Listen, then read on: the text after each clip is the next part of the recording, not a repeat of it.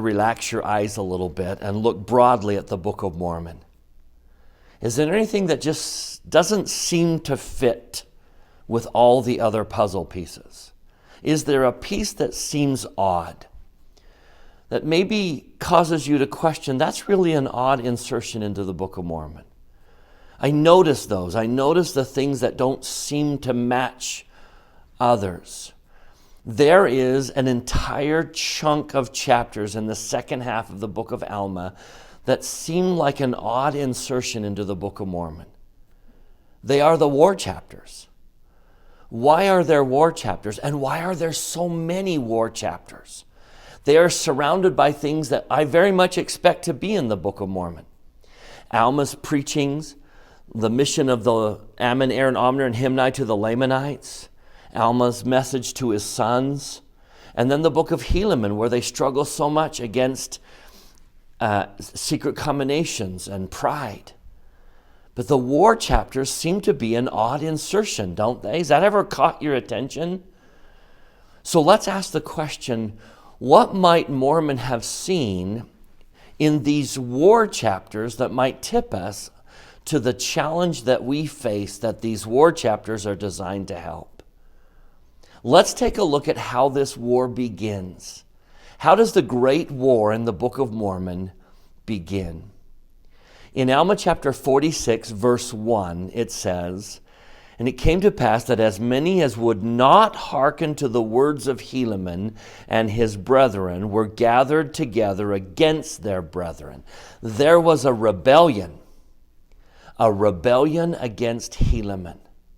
And it was led by a man named Amalickiah. Now let me tell you what we know about Amalickiah. Verse 4, Amalickiah was desirous to be king because he sought power.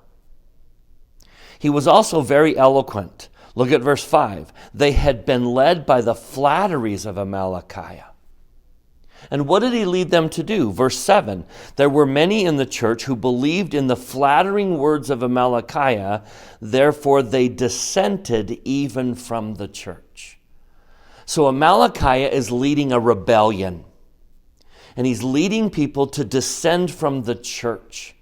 Back in verse 2, they're angry, and they want to destroy the others.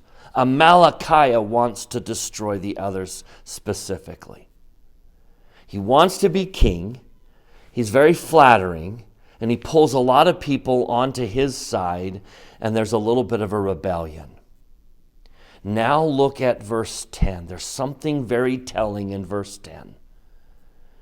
Yea, we see that Amalickiah, because he was a man of cunning device and a man of many flattering words, that he had led away the hearts of many people to do wickedly, and to seek to destroy the church of God. Now notice this phrase, and to destroy the foundation of liberty which God had granted. Amalickiah was seeking to destroy their liberty. Now, does that scream out at you? Does that sound familiar? Can you think of someone else who led a rebellion, who was angry because he wanted to be king, he wanted power, he wanted to be in charge, and he's not going to be chosen, and that's going to make him angry, and he's going to want to destroy the people that didn't choose him? Do you see what this story is? This is the story of the war that began in premortal life. This is the story of Lucifer's rebellion against Christ in premortal life, because Lucifer wasn't chosen as Redeemer. And do you remember that had Lucifer been chosen, it would have destroyed our agency. And if Amalickiah had been chosen as king, it would have destroyed the liberty of the people. Do you see those similarities? Mormons saw in the war with Amalickiah the very war that began in premortal life. The war that we must win. No other dispensation has been victorious in this war. In the end of the dispensation, Satan always claims victory. Every single dispensation has ended in apostasy because they lost this war. But this dispensation, the fullness of times, it has been prophesied, and we must win this victory. A war that began in premortal life will end in our day. Satan will be bound. His followers will be cast out, and we will be victorious. So don't you think that the war chapters that Mormons saw in these war chapters, the handbook on how to win the war against Lucifer that was begun in premortal life? A war that is claiming so many people that we love. Real people's lives are being destroyed as casualties of this war. Now we must win that war. So there are a handful of lessons that we can identify from the war chapters in the Book of Mormon that will help us understand how to win the victory in our day.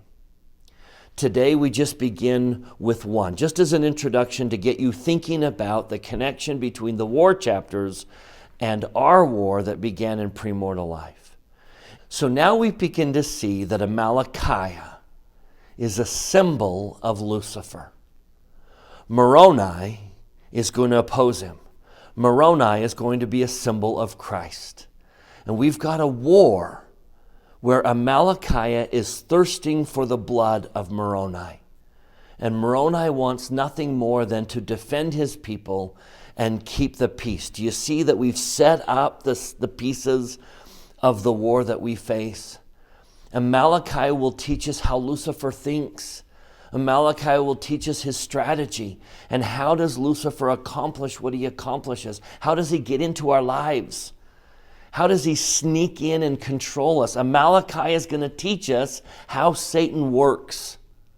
Moroni is going to show us how to defend ourselves against us. This war has the answers that we are seeking to overcome the war against Lucifer. Today, let's tackle just one little aspect of that. If I can convince you of one reality, it's found in Alma chapter 46, where Moroni arms his people for the battle before it even begins. Moroni knows a truth that you and I need to know. He declares it in verse 18. He says to his people, "Surely God shall not suffer that we, who are despised because we take upon us the name of Christ, shall be trodden down and destroyed until we bring it upon us by our own transgressions." In other words, he's trying to convince us that we have complete control, we have complete power over Lucifer and all of his forces, that they will never destroy us, they will never win until we let them in. It's under our control, not his. No matter how influential and powerful he might be, we have total control over him. Listen to Moroni continue in the next few verses. Verse 21. It came to pass that when Moroni had proclaimed these words, behold, the people came running together with their armor, girded about their loins, rending their garments in token, or as a covenant that they would not forsake the Lord their God.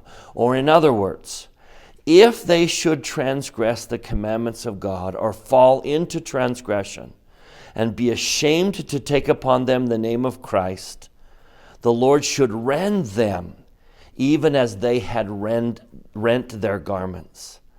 Now this was the covenant which they made, and they cast their garments at the feet of Moroni, saying, "We covenant with our God that we shall be destroyed, even as our brethren in the land northward, if we shall fall into transgression.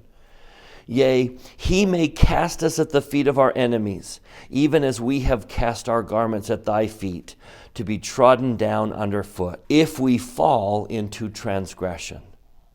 Then Moroni speaks. Moroni said unto them, Behold, we are a remnant of the seed of Jacob.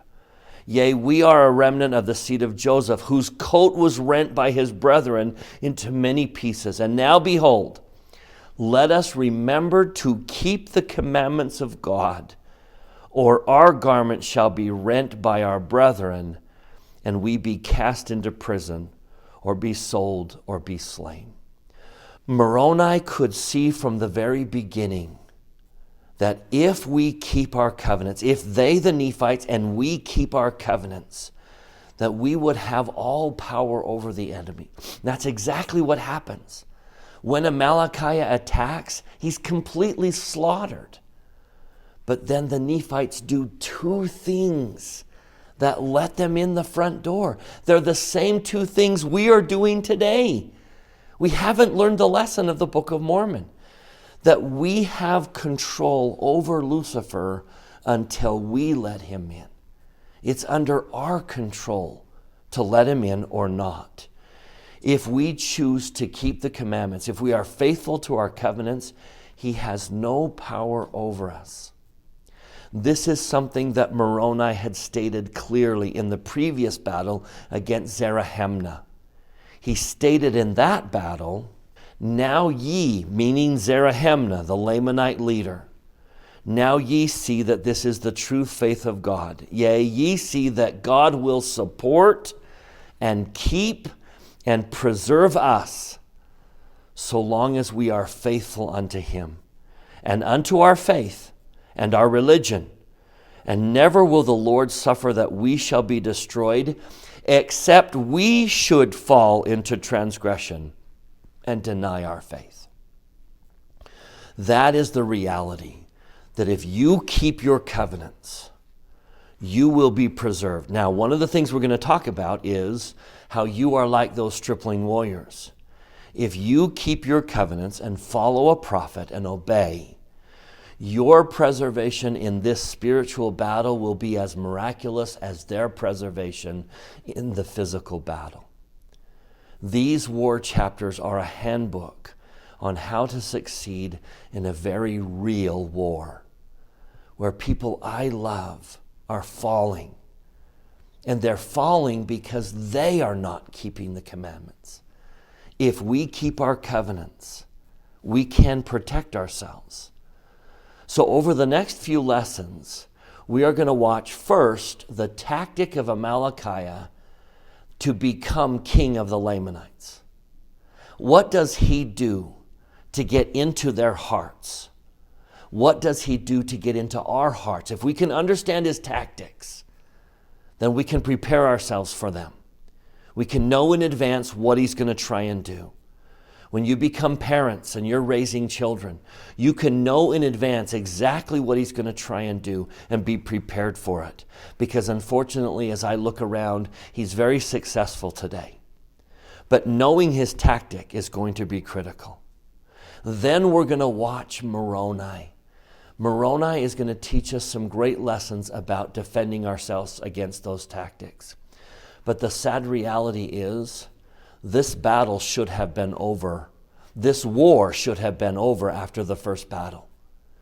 In chapter 49, when Amalickiah attacks for the first time, they are slaughtered. Moroni is completely prepared for them, and there is a slaughter. The Lamanites lose over 1,000, and not a single Nephite is killed in that battle. And then, over the course of the next little bit, those Nephites open the front door. They open the front door by making two mistakes, and we're going to talk about them. The same two mistakes we make today that open the front door and let the enemy in. And what a ridiculous time to be doing that, because the enemy is going to destroy us. Now, here's the sad lesson we're going to learn, is once our fortified cities are taken by the enemy, they are so hard to win back. It would have been easier to prepare and prevent than to repair and repent.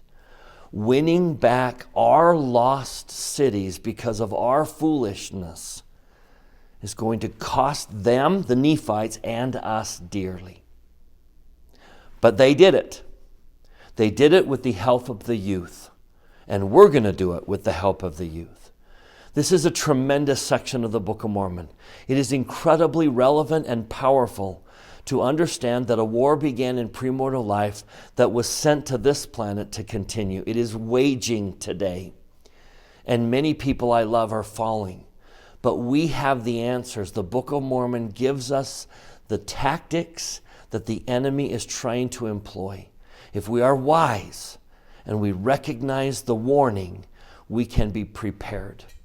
I leave you with my testimony before we jump into this topic, that you have complete power over Lucifer and all of his forces if you will keep your covenants. I testify that your preservation in this war, if you keep your covenants, will be as miraculous as the preservation of the stripling warriors.